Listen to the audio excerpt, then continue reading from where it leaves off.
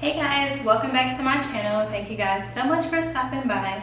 Of course, if you do enjoy this content, make sure you hit the subscribe button below. Also like this video and share with your friends. If you haven't already, make sure you check out the other videos on my channel. I recently just purchased a home and I basically have been documenting the entire journey. I wanted to take some time, and I actually had to make some time because life has been totally busy, but I wanted to make some time to go ahead and film a sit-down video related to human resources. So a few months back, I actually posted a vlog, a day in the life vlog of an HR professional, where I had to go and visit some of my accounts who were in the LA area, and I received a lot of questions, a lot of feedback, even a couple of emails from other people who are either trying to get into HR, people who are currently in HR and trying to move up, and just some people trying to figure out exactly what HR is and understand my journey and how I got my foot in the door. So I figured I would make some time to film this video to be as transparent as possible with you guys, tell you what I actually do on a daily basis, how I got here, and where I'm planning to go. So if you are interested in this video, stay tuned. So if you don't know, if you haven't been following my channel, or if you are new to my channel, I did graduate from Auburn University, War Eagle, in 2013, and I have a bachelor's degree in interdisciplinary studies, which includes finance and human resources. So initially, I wanted to go to law school. I thought I wanted to be an attorney, but I did an internship and actually got a job after graduation, and basically determined that I didn't want to do law anymore. I had sat for the LSAT, I had studied for the LSAT, and it was just like, nah, maybe this is what you thought you wanted to do, but this is not your calling, this is not for you. So rewind, I started at Auburn in 2008, and while I was at Auburn, I am from Atlanta, so of course I did have out-of-state tuition, and with that comes bills. So my parents paid my rent, but it was my responsibility to pay for my cable and pay for my lights, and if I wanted to go out, I had to pay for that, and food, and just learn how to be an independent adult. So of course, my sophomore year, once I actually got my car, I found a job and I started working at Best Buy. And I started as a cashier at Best Buy. Mind you, Auburn is a very small town, so Best Buy was like one of the best places you could work there. So cool. I started as a cashier, and I was a cashier, and I was pretty good. Like, I was really good at what I did, and you know, as I got to know management, they were like, hey, you know, how can we hire more people during the Christmas season, or the busy season, or the holiday season? And so me and one of my close friends, we actually interviewed on the same day, got hired on the same day, met each other at Best Buy, both went to Auburn, both majored in HR.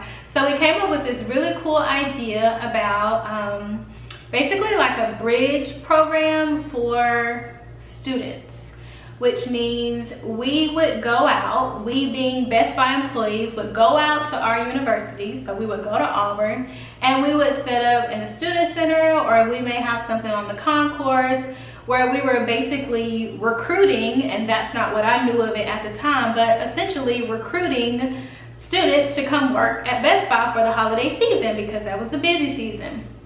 So I did that. I did get a little bit of experience with interviewing. Of course, when people were hired, we had to train them. So it was just pretty normal. I still was planning to go to law school. Still didn't really know that was HR, but I actually liked it. So worked at Best Buy for like 4 years, graduated, did my internship, got a job doing work comp, which essentially was going to be my avenue to go to law school. And we had a case where we represented, which is an ambulance company. The paramedic was basically responding to an accident here in Atlanta. She got hit by a car. Her limbs had to be amputated. She was supposed to get married. And it was just like, it just changed her whole life. And every single time I would open up that case, or I would look at the reserves, or anything related to that particular person, it was all about money. No one really cared about her well-being. No one really cared about her new life, because she no longer had legs. And I think when I got off the case, she was about to lose one of her arms. Nobody cared about that. So I would go home and be so stressed out. I mean, I would lose so much weight. My hair was starting to fall out. My face was starting to break out. I just couldn't, morally, I just couldn't be a part of it. And I was like, no, I don't want to do this, whatever. So I was like, oh, I remember when I was in college, I really liked recruiting, and it was super rewarding to be able to offer someone a job and essentially positively change their life. Let me see if I can get back into recruiting.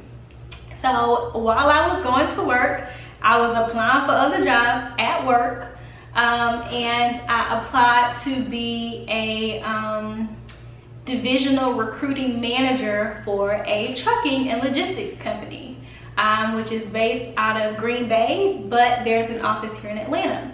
And I remember I went for the interview, and it was a black guy who was like the divisional manager over everything. And I interviewed with him, and he was just kind of telling me everything. And I was like, yeah, you know, interview, you just show your skills, whatever. Anyway, I got the job, and that was my saving grace. So I had already had experience in recruiting, not even knowing that it was recruiting, and essentially in training and development and talent acquisition, because I had already done all of that stuff at Best Buy. So Pickens, which is his name, and we still keep in contact, he was a complete blessing to my life, saw something in me as a young black educated girl, gave me an opportunity. I went to that trucking company and I killed it. Okay, I performed well. I was at work all the time. I didn't necessarily call out. I was good at what I did. Part of being in HR means you have to be super organized, and just by nature, I'm a Virgo. I'm super duper organized. I can talk to anybody. So whether you're a truck driver or a VP or an executive or whatever, I can talk to any type of people.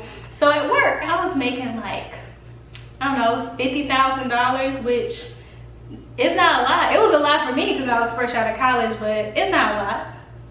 So then I was like, no, I need something more. Like, I really want to get into HR. I really want to get out of recruiting, because it was to the point where I was talking to truck drivers every single day, and it felt so repetitive, right? Because they really weren't able to hold, I don't know, some of them weren't able to really hold my attention, and the conversation was boring, and we really couldn't talk about anything, and we really just related about the same old thing. So it's like, okay, I think I've outgrown this. Let me try something else. So a generalist position came available at a behavioral health center here in Atlanta. Applied for that position, got that job. It was so hard not to leave the trucking company, but to leave Pickens, because he was like my mentor. But had his good graces, went there. Got there, the job was totally different. Not the job. The job was what they said it would be, but the people were totally different than how they were in the interview. The HR director was totally unorganized. It was only us two. She would be late to meetings. We would need something and she wouldn't tell me about it. Things would be last minute. It was just not how I was used to working, because like I said, I'm super duper organized. So while I was there, I was like, yeah, let me get out of this. So I stayed there for like 6 months. I would go to work and I would apply for other stuff. And I got another job at a payroll company. So I went into that job, and there I was the talent acquisition director or something. I don't know, it was like $60,000. So I went there and I stayed at that company for 2 years. And while I was at that company, and it's a small company, they have 5 locations, but it's really, their thought process is really small. It's nowhere near a corporation. But I went there, came in, turned their whole recruiting process around. They had an HR manager at the time who, for whatever reason, decided to resign. And so that's when the door opened for me. But I negotiated an HR director title. So essentially I was still an HR manager, but it's such a small company and they only had a few locations. Why couldn't I be the director? And I knew in my head that wasn't a place that I wanted to stay for long, and I can use the director title to boost my resume. So boom, got the director job. I think my salary at that time went up to like 68, maybe, somewhere around there. So yeah, got that job and really enjoyed that company, really liked the people, really liked what I did. I was dibbling and dabbling, a lot of unemployment stuff in that lane, but the owners of that company were unethical. So we would have times where employees would come and complain about sexual harassment and other types of harassment, but the owners would do literally nothing about it, and I couldn't do much about it either because it was against them. And so that's when I was like, okay, this is totally wrong. I can't be a part of this. Let me go. So I interviewed for the job that I have now. I've actually been in my job now for a little bit over a year, and I did 6 interviews to get this position. It was the hardest time ever. The interviews were so tough. I did not think I was gonna get this job, let me tell you guys. But I was planning to go to Mexico, 4th of July weekend, we were going to Mexico. And they literally sent me an offer the day before we were supposed to leave. And I only remember that because I ran to the place to get the drug screen done because I was gonna be out of town for the next week. But now I work for a behavioral health company. I am an HR business partner. I support contracts that are out in California as well as Hawaii, Georgia, Texas, Kentucky, South Carolina, North Carolina. And yeah, I literally do a little bit of everything. This is a huge corporation. It's a Fortune 500 company. We have different segments. So we have a talent and acquisitions department. We have a payroll department. We have a compensation department. We have a benefits department. Everything is under the HR umbrella, but we're all split, which means I dibble and dabble in a little bit of most of it, but I'm not necessarily responsible for all of it. I'm the business partner, so my job is to strategically assist the business with leadership, and I have to be that support between the two. If you guys know, of course, if you follow me on Instagram, you do know I do work from home. We do have an office here in Atlanta, Georgia. I go into the office maybe once a week or once every 2 weeks. Really just depends on what's happening. But my accounts aren't really there. I have one account there, but my other accounts are not there, so I don't necessarily need to be in the office. But definitely love what I do. Love the company that I work for, love the people that I work with, love the flexibility, love our mission. I love everything about my job. I will say it is difficult because I do support California and Hawaii, but I am in Georgia, so the time can be tough, right? Because California is 3 hours and then Hawaii is 5 hours. So usually when it's 12 o'clock in the afternoon for them, it's 5 o'clock for me and I'm logging off.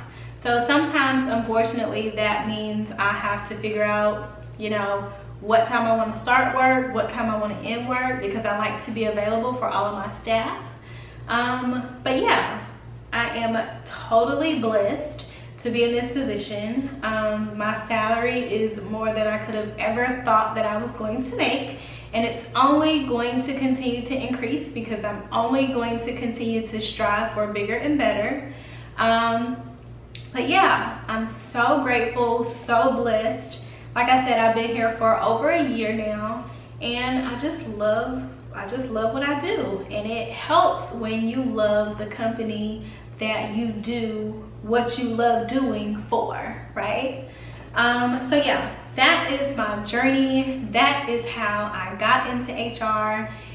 I will tell you, if you are trying to get in HR, the best thing for you to do is figure out one of the different ways that I mentioned. So under the umbrella, one of the different avenues, I would encourage you to take full advantage and jump head in one of those. I personally think the easiest one to get into is recruiting, because usually you can get into recruiting if you have like a management type background or a sales background. If you're into payroll, or like if you're currently an accountant or something, the best route may be payroll for you. If you're into legal entities and laws, the best route for you may be compensation or benefits. But yeah, I got in through recruiting. I'm in here, I'm here to stay. Love recruiting, that's my first love, but totally love what I do now way more. But yeah, I hope you guys enjoyed this video. I hope I answered all of your questions.